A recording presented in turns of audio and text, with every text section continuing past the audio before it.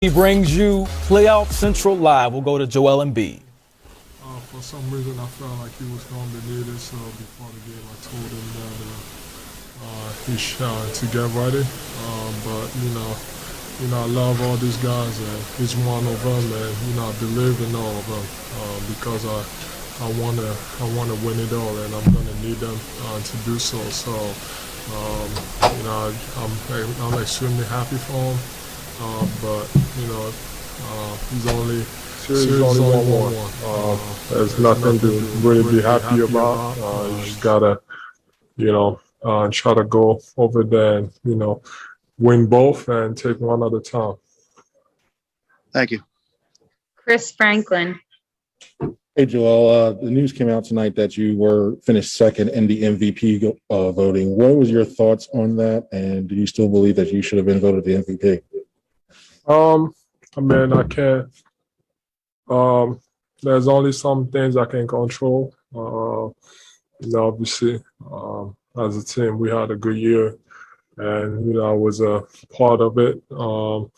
And it's disappointing because as a player, you work hard for moments like this. But then again, it's out of my control. There's nothing I can do about it. I just gotta come out every year and just be ready and do my job. But I'm focused on the playoffs. I'm focused on winning the championship. Like I've been saying all season, we got a good chance. So I'm not worried about those awards and stuff. If and when I'm holding that trophy, anything else won't matter. Paul Hedrick. Hey, Joel. Tobias just gave you credit for, really breaking up their pick and roll defense at times and making some adjustments against Trey. What did you kind of see out there, and how did you guys think overall you adjusted from game one? I'm trying to do the best I can, limit the movement and all. Try to be better presence around the rim. Obviously, not being 100% doesn't help. But tonight, I just wanted to be, big, especially playing against the pick and roll defense. And, it's tough because if I come up, they throw the lob. And if I stay back, it goes to that floater. But tonight, I felt like we did a better job as a team as far as, pursuing whoever was coming off the pick. And then I was also playing the game. You can call that, I don't know, cat and mouse, just faking and going back. Just trying to keep them guessing. Sometimes you're going to get it. Sometimes you're not going to get it. So just trying to make it as tough as possible by using my length. Thanks, Jeff. Dave McMenamin. Joel, the Philly crowd seemed to be aware of the MVP news. It came out officially about 10 minutes or so before tip-off, and after starting lineups were finished, before you guys even started the game, they were chanting MVP. They did it 3 or 4 times throughout the night. What did that mean to you? And then Tobias said he's our MVP, and, hey, he can still get that finals MVP down the line. Is that something that would motivate you? I love the fans, they've always supported me. My teammates all year, they've been telling me, all I really care about, like I said, stuff out of my control. But if people around me, my teammates, that believe that, I should be or that I am, I guess you can say that's good enough. I care more about, who I'm around, and, you guys make those decisions and I can't control it. But like I said, that's not what I'm focused on. I haven't really thought about it, for the second half of the season. I just wanted to get ready for this moment, which is the playoffs, to go on this one to try to win a championship. Last question, Christos Saltas. Hey, Joel. Speaking about the confidence of the team, how could you describe the level of confidence of your team? And also, how different is the dynamic of your team playing in full arena, just like today?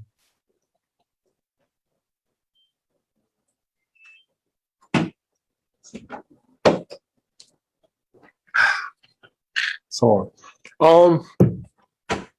obviously playing at home is huge because we don't seem to lose here. It's rare. The fans, the supporters, they're gonna boo you, but it's to make you play better. So I like that energy.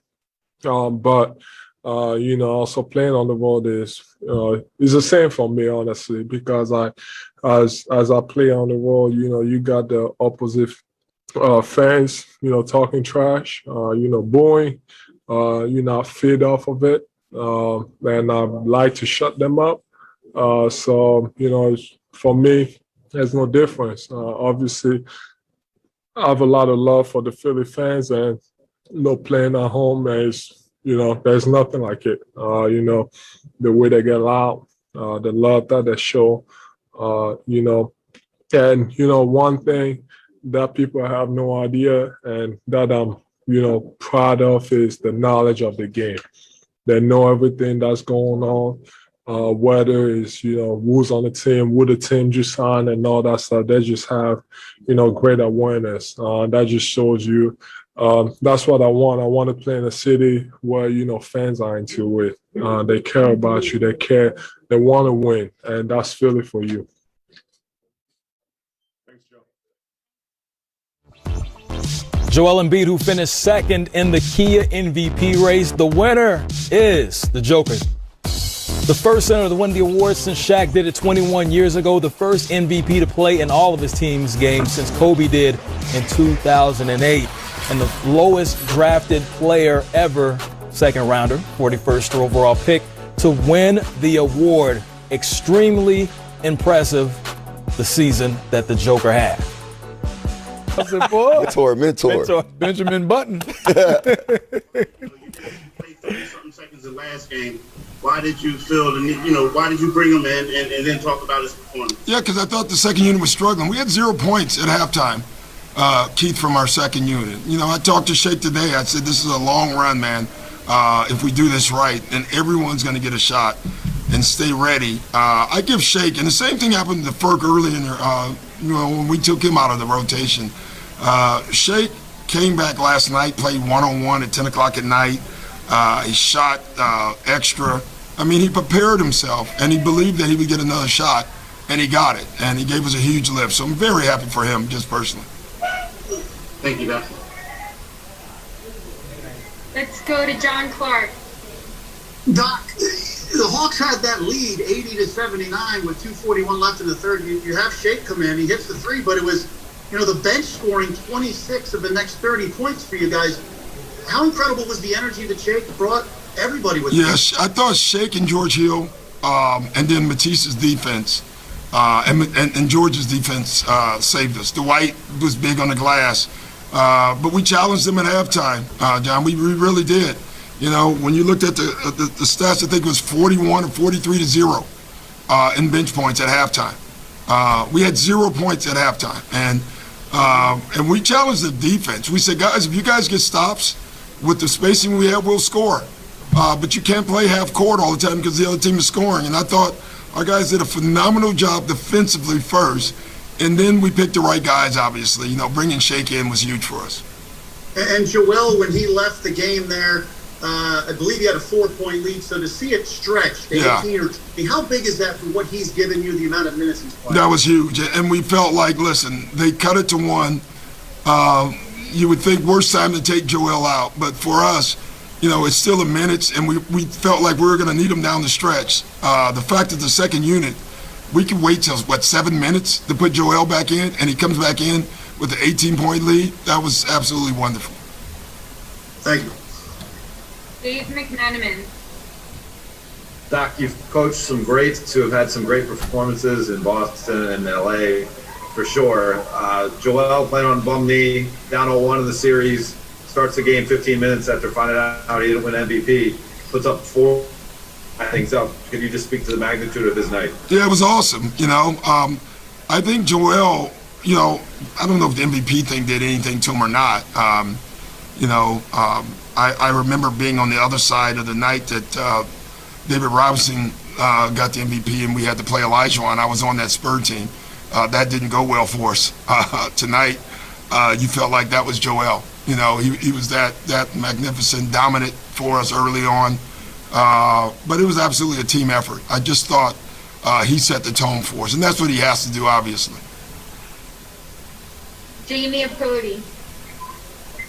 Doc, just overall, how big is it to win, given the way things went in Game 1, and the fact that you kind of needed one on your home court, and you definitely brought the atmosphere back here? Yeah, we just need to win the game, Jamie. Like it was big because we lost Game 1, but if we had won Game 1, it would have been big because we won Game 2. You know what I'm saying?